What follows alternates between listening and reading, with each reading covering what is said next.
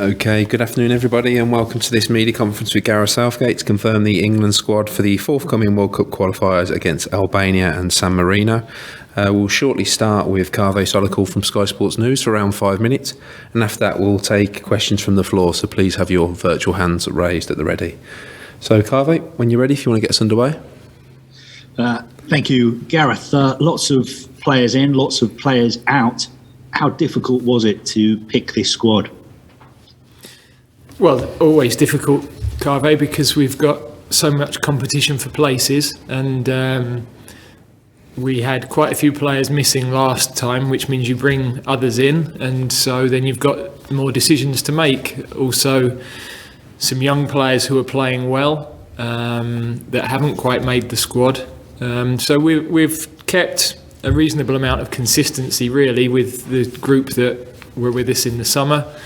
They did so well. We're only 5 international games on from that, but also there are players pushing that group really strongly. You mentioned there were some young players who are playing really well who haven't quite made it. How close was Emil Smith-Rowe, for instance, to making this squad? Yeah, I think Emil, Conor Gallagher, Mark Gui in particular, are all playing very well with their clubs, but we've got depth, and to put those in we've got to leave some of these on the sheet out, and I think it's not a bad thing that we're starting to get a very strong under-21 team, because you want that depth. We fast-tracked lots of young players very quickly, and the majority of them are still in this squad now, and a lot of them played a big part in the Euros, but also we've had some that have come up, and then when you put them back with the under-21s, that's a lot more complicated. So we want to get the timing of that right. I think the boys that I've just mentioned there are on a really good path. We like them. We get a good chance to see them with the under-21s as well as with their club. And but at the moment we think a little bit early for some of those guys to come in. We could put them in and they would be absolutely fine, by the way, but we think the players we've picked are just a little bit ahead at the moment. Obviously Trent Alexander-Arnold is back in the squad. He played so well last night for Liverpool again. You've got so many right backs. What does Trent need to do to become the England right back? Because a lot of people think that he should be an automatic starter. Well, as you say, we've got fantastic competition for places there, because Kyle was in the team of the tournament for the Euros. Kieran Trippier, who we haven't selected this time, to give a bit of an opportunity to Reece and to Trent. But Kieran has always performed brilliantly for us, has been a huge part of us getting to a World Cup semi-final and a European Championship final, and is a player that we have so much respect for, and I'm sure will be back with us in the future. But Reece and Trent are performing at a really high level. I also think Tino Livramento, when I'm talking about young players, has had an excellent start to the season. You've got Tariq Lamptey, you've got Max Aarons. We lost Cash to Poland, who's another good young right back. It's an area of the team where we've got a lot of competition for places, some very good players. So they have to defend well, first and foremost. The bedrock of our team, we've conceded 5 goals in, I think, 18 matches. So defensively, we've not been doing a lot wrong. And in my opinion, that is the first job of a defender. You've got to defend well. If then we've got good quality with the ball as well, and we can create chances, then that's an added bonus. And of course, the players that we've got in the squad in fullback positions can do both those things. So it's about delivering that on a consistent basis, and doing that in the international team as you step up. Just looking at the squad as well, there's 3 Manchester United players missing. Jadon, Sancho, Jesse Lingard and Mason Greenwood. Can you just talk us through why they're not in the squad this time round? Well, I think Mason, I discussed the situation last time, so we've been through that. With Jesse and with Jadon, I mean, they just aren't playing a lot of football compared to the other players in their positions. I know people say I'm inconsistent, but I don't think I am. If you're playing regularly for your club, you've got a much better chance of us assessing your level compared to the rest of the group. And sometimes there'll be a lot of depth in one position, and there might not be as much depth in another position, and the player that is in the position with less depth might have a better chance of getting in with less club time. With these two lads, they've got great competition for places in the positions they play. And, Jesse has had 10, 15 minutes. I don't know what his form is, what his fitness is really, to be able to assess him against the rest of the group. So both of those boys, when I spoke with them, totally understood that. They get it. They know that at the moment they've got to get playing for their clubs and playing well. And then England is a bonus on the top. But they're both players that have done well for us, and I'm sure they'll be back with us. I'll just ask you as well about Aaron Ramsdale. He's been in such fantastic form for Arsenal this season. How close do you think he is to becoming the England number one? Well, firstly, it's great for him. He's now been in, this is the third squad he's been in. He had the summer with us. We were impressed with what he did in the summer. And he started very well with Arsenal. That's, at this stage of the season, still quite a small sample of games, but we're really pleased with what he's doing and the way he's playing, and his distribution with his feet is a particular bonus of the way that they play at Arsenal and the skill set that he's got. So I think there's a fight on. We've got competition for places, and we need competition for places in every position. And Aaron and Sam are definitely providing that to Jadon.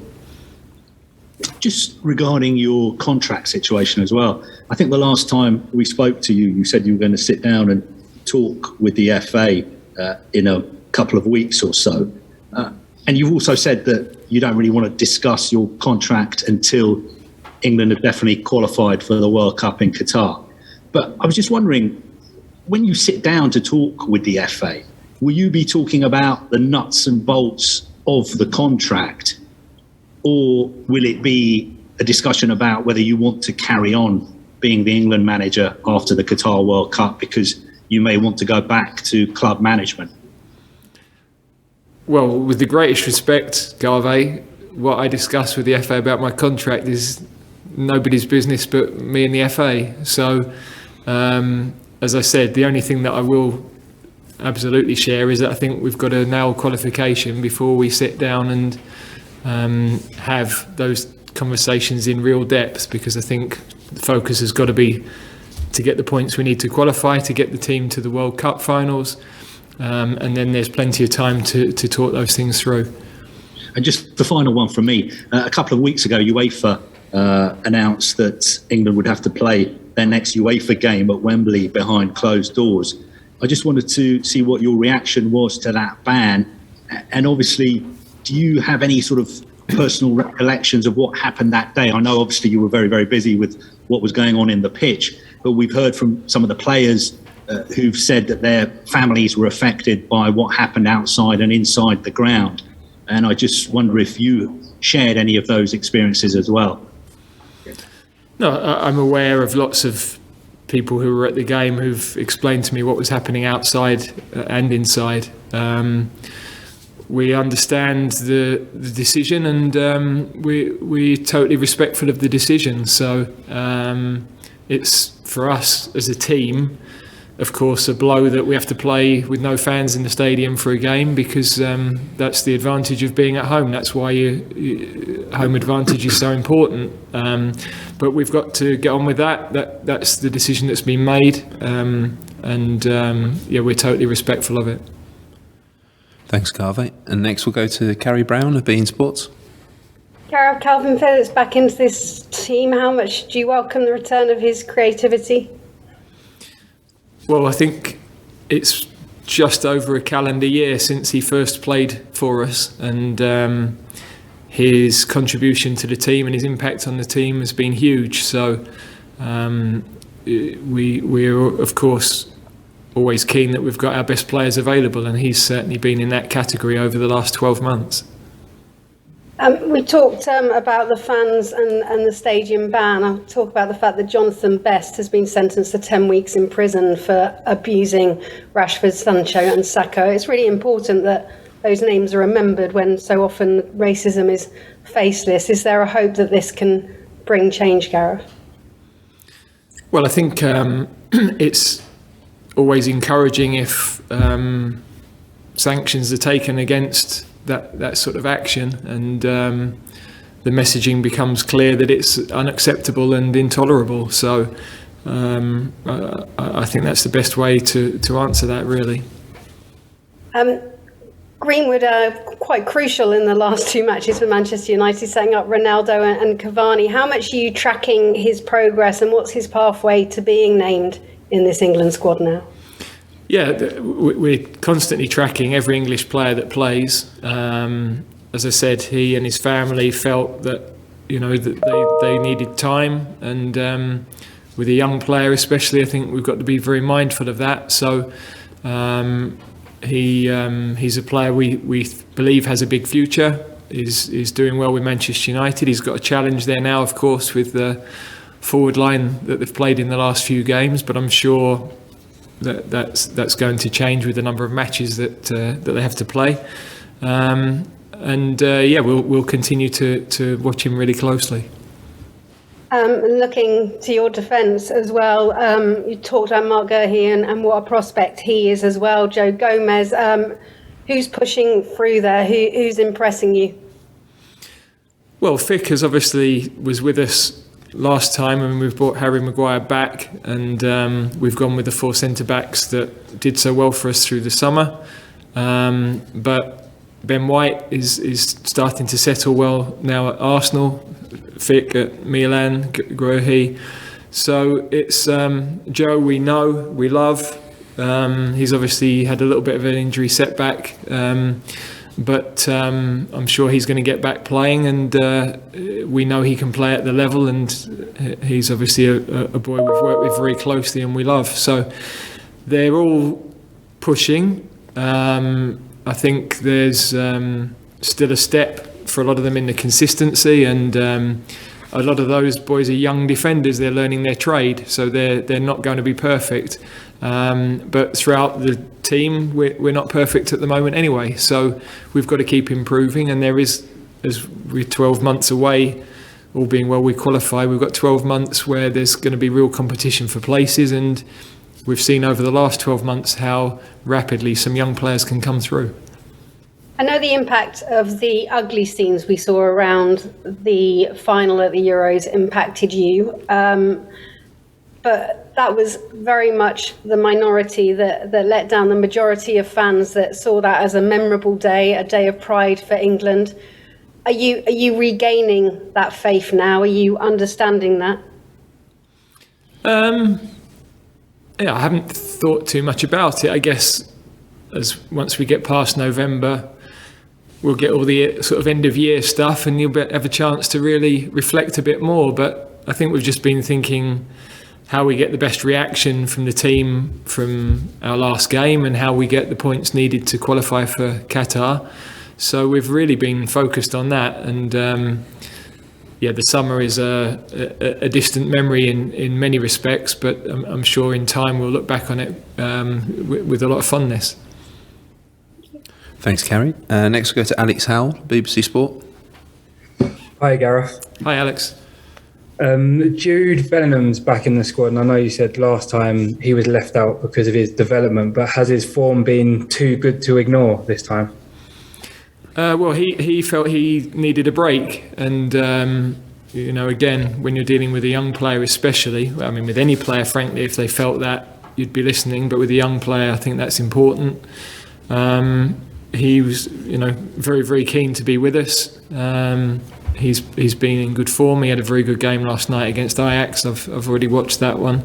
So he's an exciting talent, we know that. Still learning positionally parts of his game, but we're very pleased to be including him again.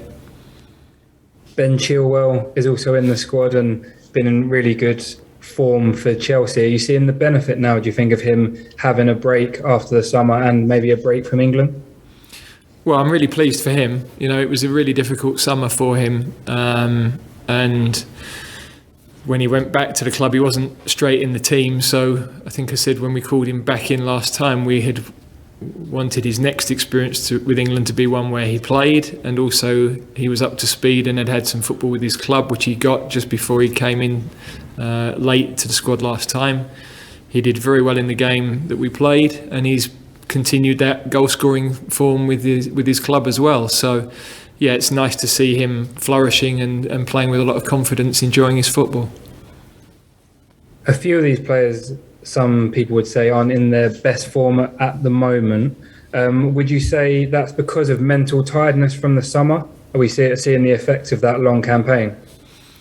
I think the first part of your statement is fair, and the second part would be lots of different individual circumstance, really. So I think it's too easy to bracket tiredness, because they all did that, and some players are playing extremely well. There's individual club situations, there's been injuries.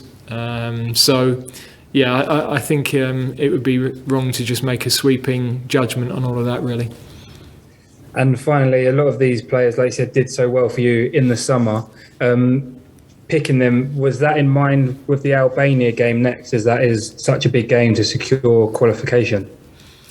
Yeah, I think we have trust in this group, and we know the level they can get to. We know the experience they have, and we've picked the players we feel at this moment in time are best placed to help us do that job. In the end, we have to get the right results, and yeah, we have faith in these players to get us over the line to qualification.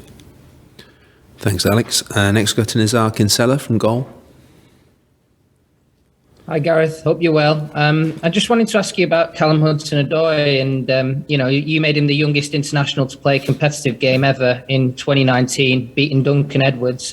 What have you made of his recent games for the Chelsea team, and are there fears that he could be another one that you lose? One more appearance would cap-tie him, of course, to England. So just wanted that kind of situation talked about, really.